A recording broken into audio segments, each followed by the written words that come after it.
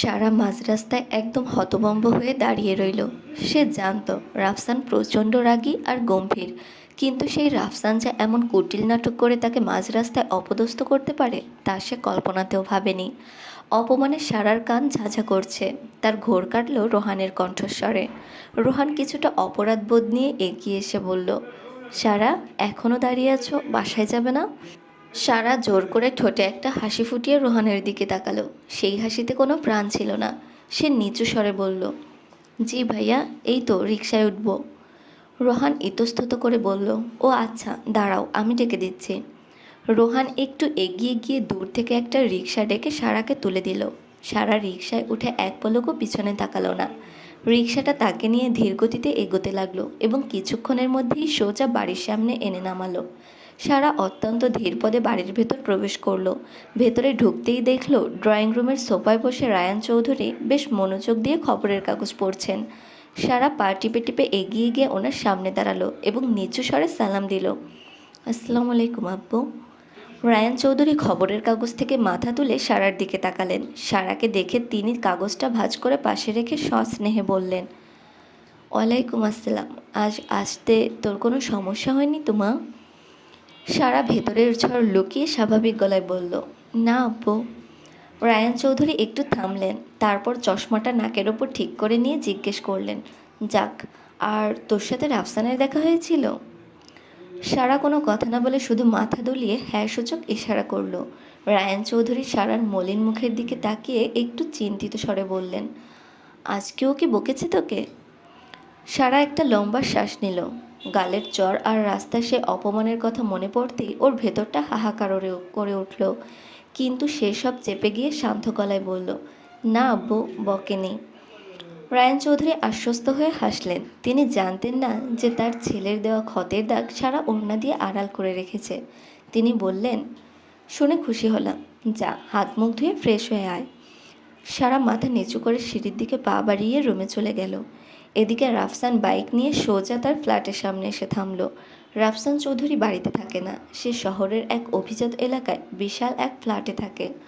বাড়িতে তার একদম ভালো লাগে না। আর সব থেকে বড় কথা, বাড়িতে থাকলে রায়ান চৌধুরী এটা সেটা নিয়ে বকাঝকা করবেন, যা রাফসানের দুচক্ষুর বিষ। তাই পরিবারের থেকে দূরে থাকতেই সে স্বাচ্ছন্দ্য বোধ করে। রাফসানের সাথে এই ফ্ল্যাটে রোহানও থাকে। রোহানের কেউ নেই, সে গ্রাম থেকে শহরে পড়তে এসেছে। গ্রামে শুধু তার এক চাচা আর চাচি আছেন। রোহানের পড়াশোনা আর থাকার প্রায় সব খরচে রাফসান চালায়। যদিও রোহান সহজে নিতে চায় না, কিন্তু রাফসানও ছাড়ার পাত্র নয়। তাই বন্ধুত্বের খাতিরে রোহান বাধ্য হয়েই মেনে নেয়। রাফসান ওয়াশরুমে ঢুকে শাওয়ার নিয়ে বের হলো। কোমরে শুধু একটা সাদা তোয়ালে জড়ানো। ভেজা চুল থেকে টপ টপ করে পানি পড়ছে, আর সেই পানি ওর সুঠাম চওড়া বুকে আছড়ে পড়ে মুক্তোর মতো চকচক করছে। ঠিক সেই মুহূর্তে রোহানও ফ্ল্যাটে চলে এলো। সে সরাসরি রুমে ঢুকে রাফসানের দিকে তাকিয়ে গম্ভীর গলায় বলল, এইটা তুই কী করলি? রাফসান ড্রেসিং টেবিলের সামনে দাঁড়িয়ে চুল মুছতে মুছতে খুব স্বাভাবিক গলায় বলল, হোয়াট? আমি আবার কী করলাম? রোহান রাগে ফুঁসতে ফুঁসতে বলল, সারাকে মাঝ রাস্তায় ওভাবে অপমান করলি? একবারও তোর মনে হলো না ও মেয়েটা ছোট? Why Rafsan, why so much harsh? Rafsan আয়নায় নিজের নীল চোখের দিকে তাকিয়ে একটা বাঁকা হাসি দিল। তারপর নির্লিপ্ত গলায় বলল, আমার ইচ্ছে হয়েছে করেছি। I don't spare anyone. রাফসানের কথা শুনে রোহান রাগে গজগজ করতে করতে বিছানা থেকে তোয়ালেটা এক হ্যাচকায় নিয়ে ওয়াশরুমে ঢুকে গেল। সে খুব ভালো করেই জানে এই একগুঁয়ে রাফসানের সাথে তর্কে গিয়ে কোনো লাভ নেই। তার মাথায় একবার যা জেদ চাপে তা সে করেই ছাড়ে।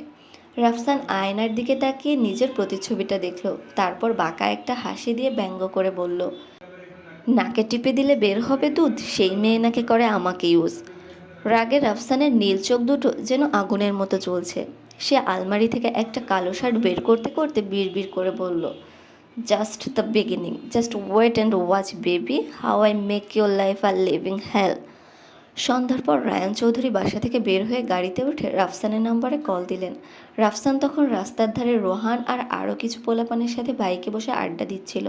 হঠাৎ ফোন বাজতেই পকেট থেকে ফোন বের করে বাবার নাম্বার দেখে কয়েক ঢোক গিলল সে। রাফসান সবাইকে হাতের ইশারায় চুপ থাকতে বলে নিজেকে স্বাভাবিক করে কল রিসিভ করে বলল, আসসালামু আলাইকুম আব্বু। ওয়ালাইকুম আসসালাম। রাফসান, তুমি এক্ষুনি বাড়িতে যাও। আমি একটা মিটিংয়ের জন্য বের হচ্ছি, ফিরতে অনেক রাত হবে। সারা বাড়িতে একাই আছে, মেয়েটা ভয় পাবে।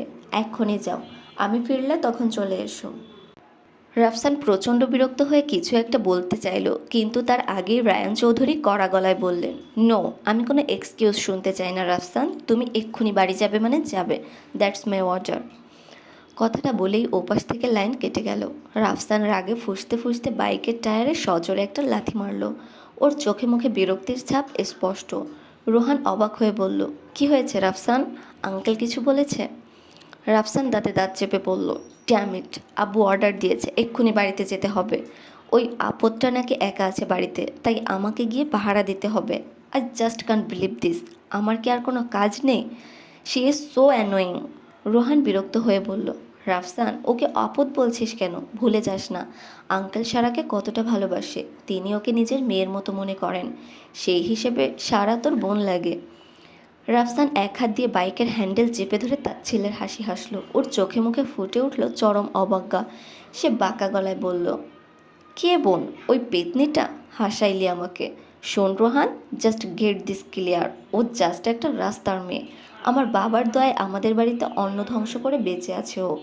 আর ওই রাস্তার মেয়ে কিনা হবে রাফসান চৌধুরীর বোন? In her dreams she is nothing but just under my feet. রাফসানের কথা শুনে মাশরাফি ওর কাঁধে একটা জোরসে থাপ্পড় মেরে হো হো করে হেসে উঠল। সে টিপ্পনি কেটে বলল, আরে শালা, এত অহংকার যে দেখাচ্ছিস, বোন বলে স্বীকার করছিস না। দেখবি বোন না, একদিন এই মেয়েই তোর বউ হয়ে ঘরে আসবে। ভাগ্য না চাইলে কি না পারে। মাশরাফির কথা শেষ হতেই আশপাশের সব পোলাপান একসাথে হেসে উঠল। কেউ কেউ শীষ দিয়ে রাফসানে আরও খেপানোর চেষ্টা করতে লাগলো। রাফসানের মেজাজ এবার সপ্তমে চলল। সে রাগে মুখটা কুঁচকে বাইকে স্টার্ট দিল এবং বিরক্তির সুরে বলল, ডিসকাস্টিং, তোদের রুচি এত চিপ যে ওই জঙ্গলি মেয়েকে নিয়ে এসব ফালতু কথা বলতে পারিস। ছি, তোদের মুখে থুতু মারি আমি। বলেই রাফসান আর এক মুহূর্ত সেখানে দাঁড়ালো না। বাইকের গতি বাড়িয়ে ওখান থেকে ঝড়ের বেগে বেরিয়ে গেল। মাশরাফির বলা বউ শব্দটা ওর কানে বারবার বাজছে আর ওর পিত্তি চলে যাচ্ছে। ও মনে মনে বলল, রাফসান চৌধুরী আর ওই ভিখারি মেয়ে, ইটস অ্যান ইম্পসিবল থিং। আর একটা কথা বলাই হয়নি, রাফসানের মা নেই। রাফসান যখন ক্লাস 5-এ পড়ে তখনই ওর মা পরপারে চলে গেছেন। রায়ান চৌধুরী এরপর আর দ্বিতীয় বিয়ে করেননি। শুধুমাত্র রাফসান আর সারার ভবিষ্যতের দিকে তাকিয়ে তিনি একাই জীবন কাটিয়ে দিচ্ছেন। রাফসান বাড়িতে ঢুকে দেখল সারা ড্রয়িং রুমের সোফায় বসে বেশ আয়েশ করে পাঁপড় খাচ্ছে আর গভীর মনোযোগ দিয়ে টিভিতে একটা মুভি দেখছে। সারাকে ওভাবে শান্তিতে বসে থাকতে দেখে রাফসানের রাগে গা জ্বলে উঠল। সে এক পা এগিয়ে কিছু একটা বলতে যাবে, ঠিক তখনই থমকে দাঁড়ালো। দেখল সারা ভয়ে থরথর করে কাঁপছে। আসলে টিভিতে তখন একটা ভয়ঙ্কর ভূতের মুভি চলছে। সারা ভয় পাচ্ছে ঠিকই, কিন্তু কৌতূহলবশত চ্যানেল পাল্টাচ্ছে না এবং মুহূর্তেই রাফসানের মাথায় শয়তানি বুদ্ধি খেলে গেল। সে একদম নিঃশব্দে পা টিপে টিপে হলরুমের মাল্টিপ্লাগের কাছে এগিয়ে গেল। তারপর টুস করে হলরুমের মেইন সুইচটা নিভিয়ে দিয়ে পুরো ঘর অন্ধকার করে দিল। হঠাৎ বাতি নিভে যাওয়ায় সারা আতঙ্কে জমে গেল। তার বুক ধরফরানি কয়েক গুণ বেড়ে গেল। সারা অন্ধকারে ভয়ে কাঁপতে কাঁপতে হাতড়ে আশেপাশে তাকালো। সে বুঝতে পারছে না হঠাৎ বাতিটা কে নিভালো। অন্ধকারে কাউকে দেখা যাচ্ছে না, শুধু টিভির নীলচে আলোয় আসবাবপত্রগুলো অদ্ভুত দেখাচ্ছে। সারার প্রচণ্ড ভয় লাগছে। কাজের লোকগুলোও তাদের কাজ শেষ করে আগেই চলে গেছে। এই বিশাল বাড়িতে সারা এখন একদম একা, আর ওর ঠিক পেছনেই অন্ধকারে দাঁড়িয়ে আছে এক হিটলার।